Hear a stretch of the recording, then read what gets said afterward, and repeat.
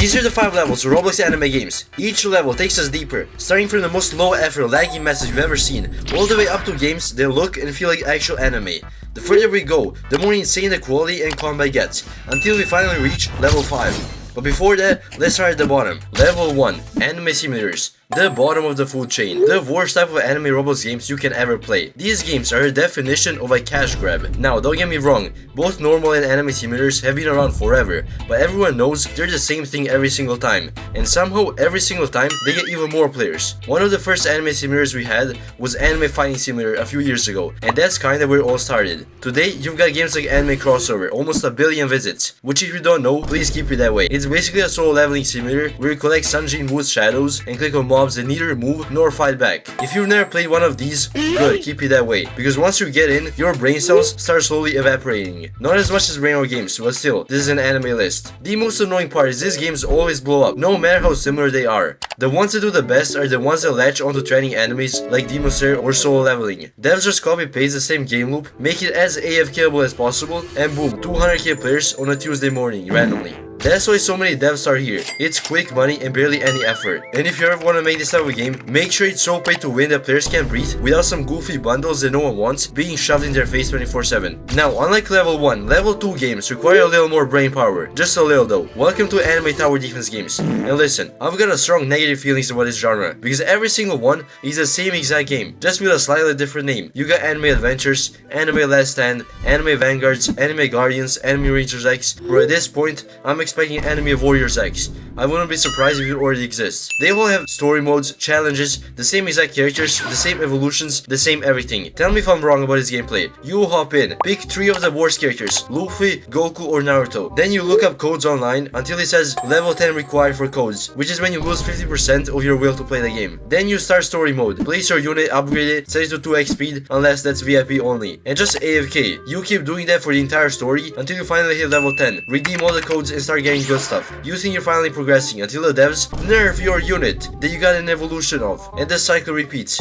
And the funniest part, they all pop off. Every month there's a new tower defense game, pulling 50k plus players minimum, but most of them after a few months gotta put the fries in the bag, unless it's Anime Last Stand, Vanguards or Adventures or something like that. And you can't even argue they're different. You're just coping for the hundreds of hours you spend farming Gojo Evo. And look, I'm not hating just to hate. I used to love tower defense games back then. I play AWTD a bunch, even TDX from time to time, but at some point, enough is enough. I literally have friends who go from Anime Vanguards to Anime Last Stand to Anime Rangers X to Anime Guardians to Anime Car Clash, and they are far from being 9 years old. Like bro, the only unique feature left in this genre is the ability to AFK. That's literally what keeps people playing, because you can't tell me you enjoy Anime Rangers after playing Vanguards and Last Stand. And that same exact lazy trend leaks into other level 2 games too, like Anime Chefs or Anime Car Bells. You're just AFKing, redeeming codes, and watching 2 cards do this. And look, play what you want, I'm not judging, but if I catch you calling Anime Car Clash a masterpiece... Alright, moving up a tier, we're finally getting into anime games that feel more like actual games. But for some of you, they might also make you destroy your PC. Level 3, Bandit, Blox, King Legacy, GPO. Every single one of these follows the same sacred Roblox ritual. Walk up to a random NPC, press E, get a quest that says 5 bandits, and repeat that loop until your soul leaves your body. Some of them try to be sneaky too. They'll say defeat 8 snowmen instead. Nice try, but I know Blox's player base is smart. And you already know what people say when you criticize Blox. It gets good in the 3rd sea, bro. So I gotta play, apparently, for 50 hours of pure pain, just to maybe enjoy the game later.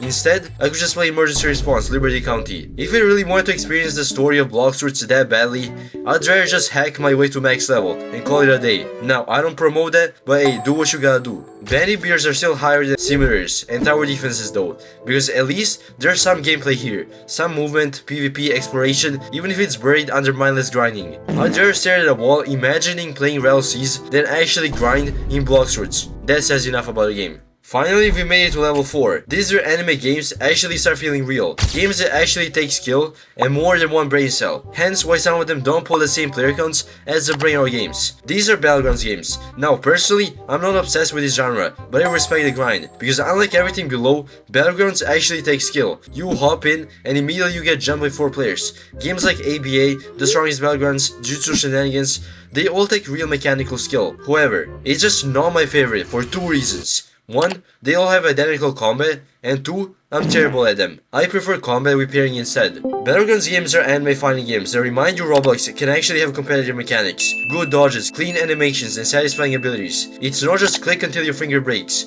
Now, of course, not every Battlegrounds game is good. Don't think every one you come across will be decent, because new ones drop every single week that nobody asks for. But for the ones that do hit, there's actually thought behind the design. It's not just another repetitive simulator or a Bandit beater, and that's what separates level 4 from everything before it. Battlegrounds are where we start seeing Roblox anime games push their limits, and it's only gonna get better from here, because once we hit level 5, we're talking about games that redefine what Roblox can even be. Now, the gap between level 4 and 5 is honestly massive. Level 5 is where we finally reach real games, anime RPGs.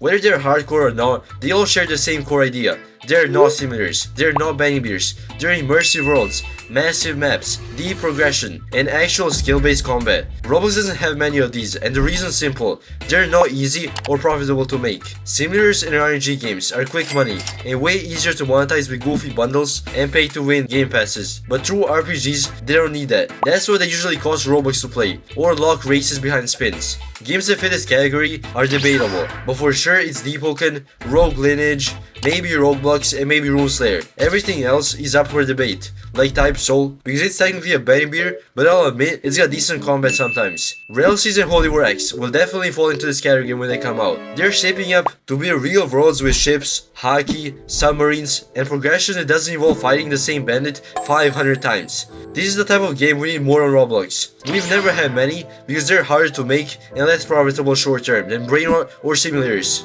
But the few we did get, they're still massive to this day. And with games like Rell and Holy War X, I genuinely hope that changes. Honestly, now that I think about it, it really doesn't matter whether you're AFKing in a simulator, grinding bandits till sunrise, or paying your life in Deepwoken. We're all just here because we love anime games. Yeah, a lot of Roblox anime games are repetitive, lazy, or straight up cash grabs. But once in a while, a game drops that reminds you why you started playing in the first place. Those moments when you find that one game that actually is good, that's what keeps this whole scene going. So whether you're waiting for Rell, Holy War X, or whatever else, just remember, play whatever on Roblox you enjoy, because at the end of the day, no algorithm, no dev, no genre can tell you what's fun for you. However, there's games we can both agree on, they're good and bad, like Poopa Brainrot. We both know that game is never good, but there's still games that some might say are not good, but you might play them. Like I play TDX, even though some of you might hate on tower defense games, even I hate on tower defense games, but there's some I still play. The same goes for simulators and Bandit beaters. Like a long time ago, I used to play Anime Fighting Simulator before it got banned, and at the time, it was a decent game. I don't know why I thought that. And Blox too. Back when I played Blox, I thought it was a W game, but obviously I do not think Blox is a W game no more. And if you made it this far, I appreciate you for watching, subscribing, and liking the video. And join my Discord. See you on the next one.